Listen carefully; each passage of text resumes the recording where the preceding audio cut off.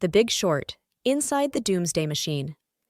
This book by Michael Lewis is an incisive exploration of the financial crisis of 2007 to 2008, focusing on a handful of investors who bet against the housing market and won big. Through detailed character studies and meticulous research, Lewis unpacks the complex financial instruments and the systemic greed and short-sightedness that led to the collapse. The book serves not only as a financial history, but also as a narrative of outsider foresight against mainstream ignorance. Chapter 1. A Secret Origin Story. Lewis introduces Dr. Michael Burry, a peculiar but brilliant hedge fund manager with a knack for seeing what others miss. Burry, analyzing reams of financial data, spots inherent flaws in the subprime mortgage market that others glossed over. Investing heavily against the housing market, he positions himself against the consensus. This chapter sets the stage for the crisis, highlighting Burry's unconventional approach to investment and his belief in his analysis despite widespread skepticism. Chapter 2. In the Land of the Blind. The narrative expands to the broader financial landscape, where the majority of Wall Street and financial experts are blind to the impending disaster. Lewis delves into the mechanics of mortgage bonds, CDOs, collateralized debt obligations, and other financial products that were poorly understood yet widely sold. The chapter exposes a systemic failure to acknowledge risk, driven by a combination of greed, complexity, and the illusion of perpetual market growth. Chapter 3. How can a guy who can't speak English lie?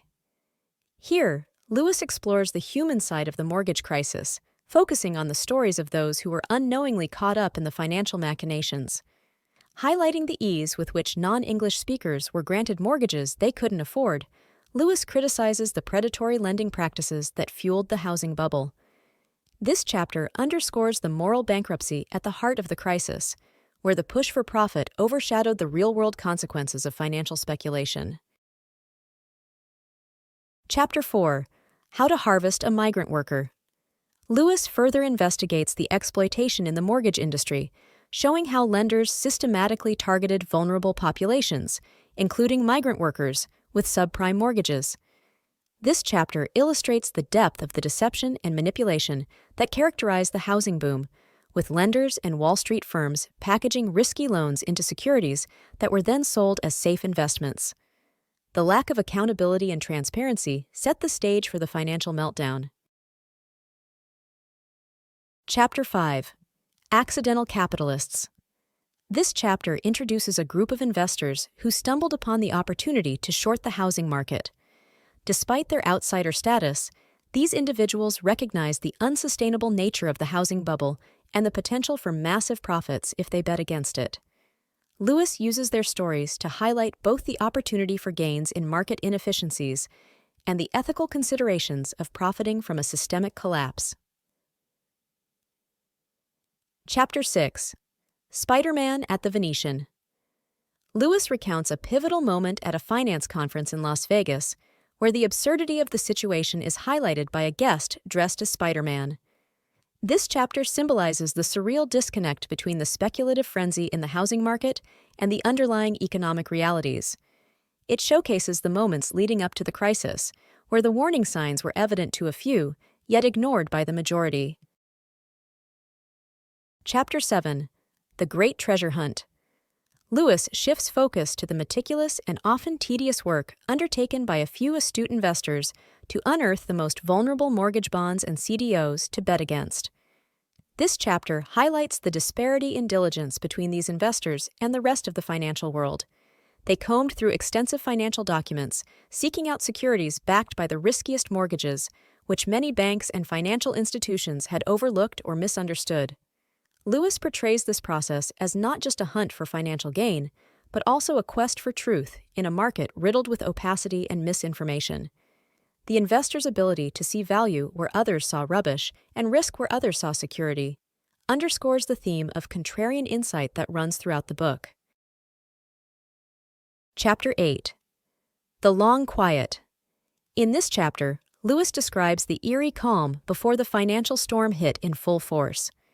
Despite clear signs of impending disaster, The market's continuing ascent led many to question the bearish bets made by the book's protagonists. This chapter captures the tension and doubt that crept in as the expected market correction seemed to delay indefinitely. Lewis uses this period of uncertainty to explore the psychological strain on investors who had bet against the grain.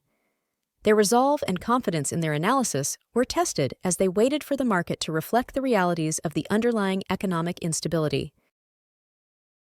Chapter 9. A Death of Interest.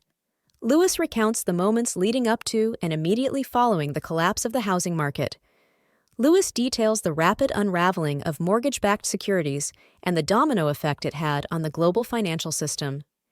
As interest rates reset and mortgage defaults skyrocketed, the fragile foundation of the subprime mortgage market crumbled, validating the predictions of the book's central figures. This chapter not only captures the chaos and panic of the crisis, but also highlights the failure of major financial institutions to anticipate or mitigate the damage, leading to massive bailouts and economic hardship worldwide. Chapter 10. Two Men in a Boat. The final chapter, Two Men in a Boat, reflects on the aftermath of the crisis through the lens of two investors who had successfully anticipated the collapse. Lewis uses their journey to ponder the ethical implications of profiting from a disaster that caused widespread suffering. This chapter serves as a meditation on the nature of risk, reward, and responsibility in the financial world. The personal stories of these investors, set against the backdrop of the global financial meltdown, offer a poignant conclusion to the narrative, questioning the lessons learned from the crisis and the moral dimensions of investment strategy. Conclusion. The Big Short, Inside the Doomsday Machine by Michael Lewis provides a gripping and detailed account of the 2007 to 2008 financial crisis, focusing on the individuals who managed to foresee the collapse of the housing market. Through their stories, Lewis offers a critical examination of the financial industry's practices, the catastrophic consequences of unchecked speculation, and the complex instruments that obscured risk and fueled the bubble. The book serves as both a cautionary tale and a critique of the financial systems and regulatory failures that allowed such a disaster to unfold. Ultimately, The Big Short is a testament to the value of skepticism, the importance of thorough analysis, and the profound implications of financial decisions on the broader economy and society.